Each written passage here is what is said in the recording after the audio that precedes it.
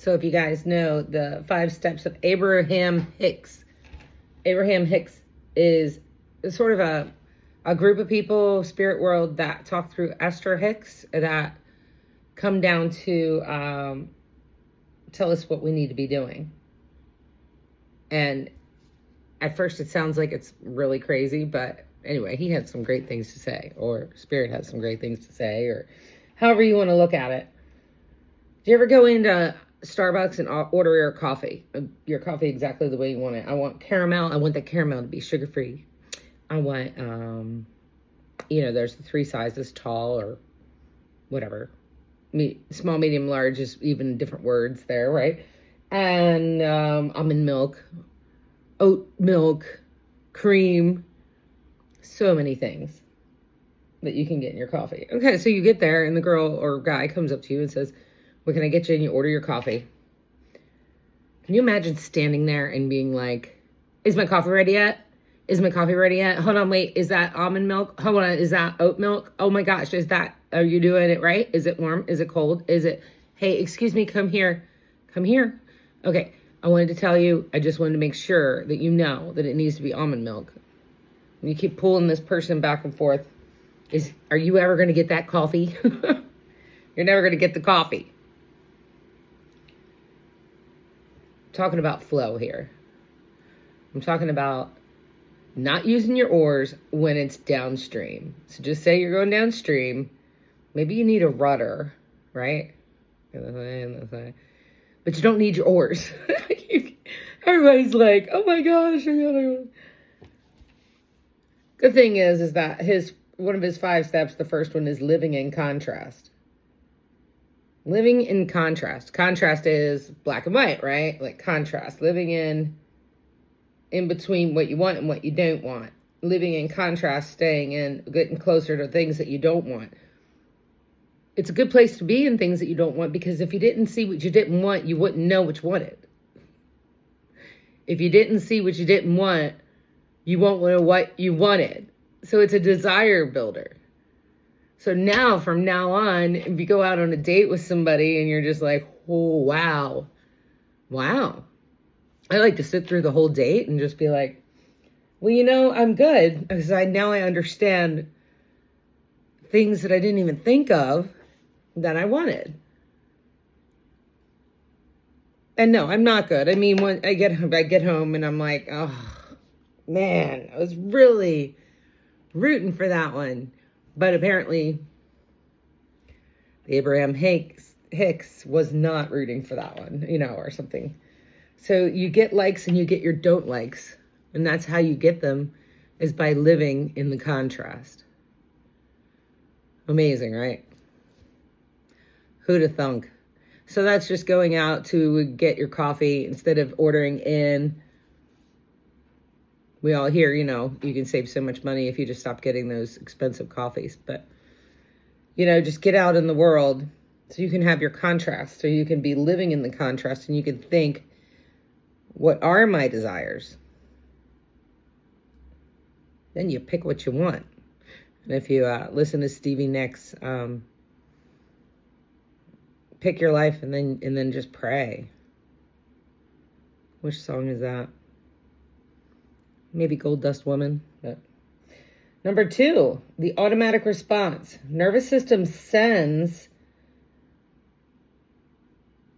in reverse of your desire.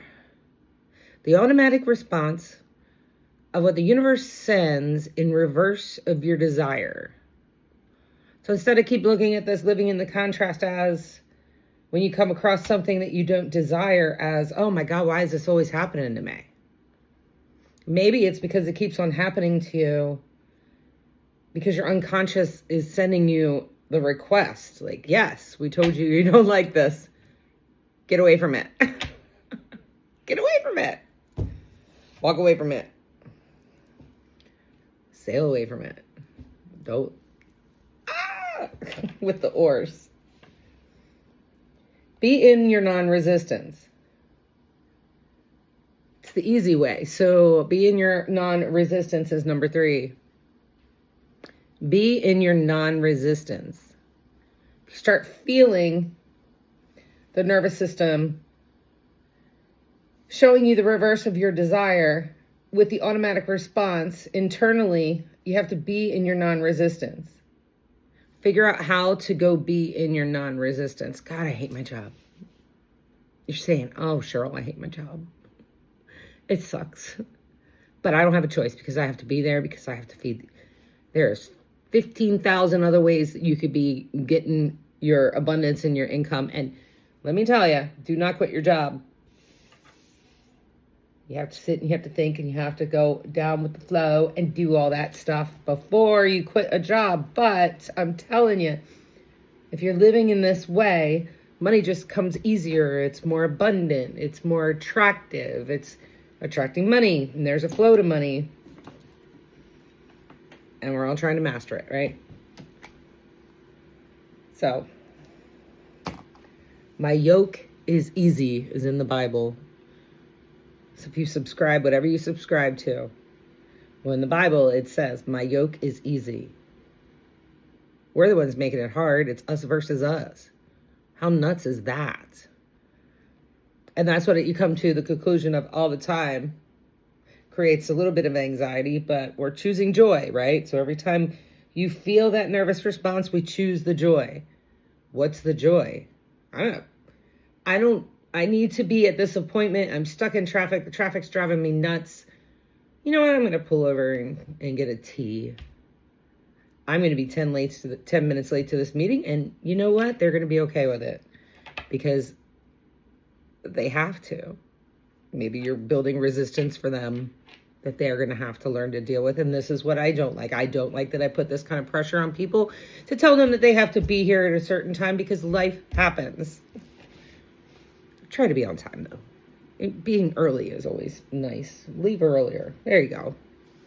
Maybe it's them telling you that you should have left 20 minutes earlier. So the next time, because my yoke is easy. Try to stay away from the resistance. And I just did a video on Maslow's ways of living, and having predictability and like organization is huge for that, right?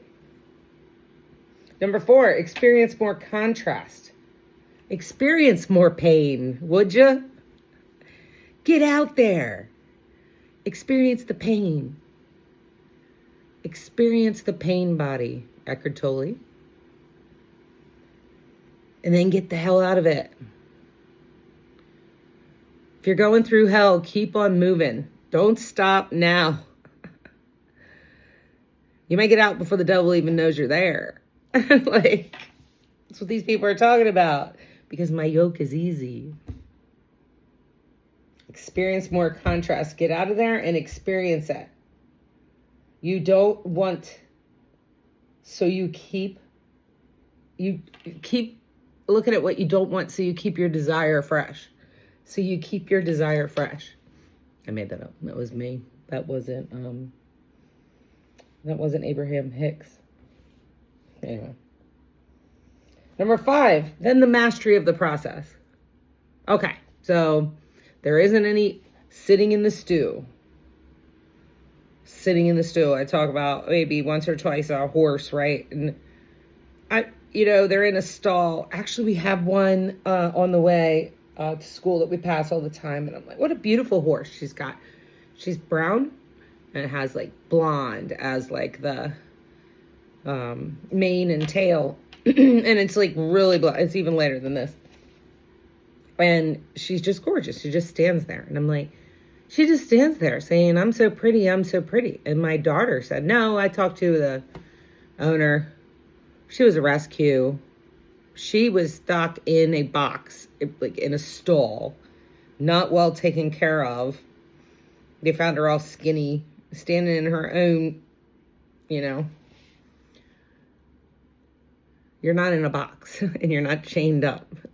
So why on earth would you put yourself in the pain and sit in it and live it over and over and over? I'm not saying it's easy. I'm not saying I got it. I'm just saying, why would you keep yourself in the box? PowerfulLivingExperience.com. That is David Bear, like the aspirin.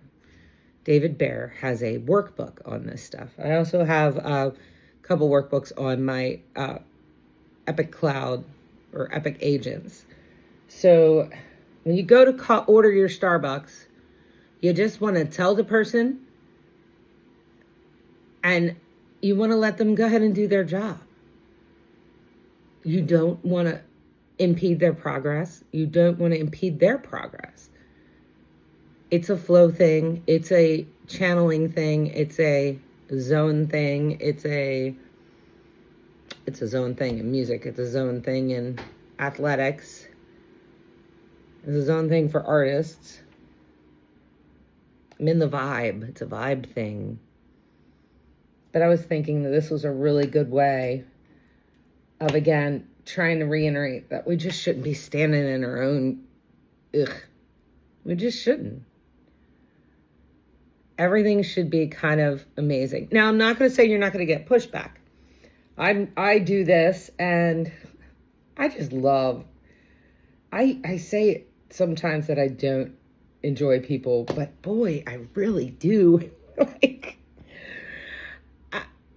even when they're like, well, you know, because they think I'm stupid, because I will dumbify myself just to hear them talk and explain something, because I want to know how they would explain it. It's an endless curiosity, and it's a good thing, except for sometimes I get the, do you know anything? Like, what, have you been living under a rock? Yeah. No, I know that if I don't allow, I'm not going to see who people are and what they are about. So, but it sure shows something in that somebody else when they're just like, what, are you stupid? Like, no, you haven't been able to explain your little thing to probably 12 other people. You finally got tell me about it. And you're just like, that doesn't make any sense to me. Most people are just like, yeah, I saw that. So what? It's because they don't want to know. And I'm like, tell me. And they're like, what, are you dumb? I'm like, oh my gosh. Maybe.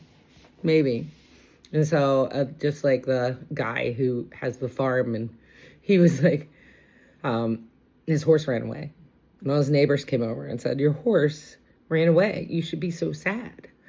That was like your only life force or whatever, lifeblood right there. That's all you had. And he's like, maybe. Then the next day, the horse comes home and he brings home another wild horse.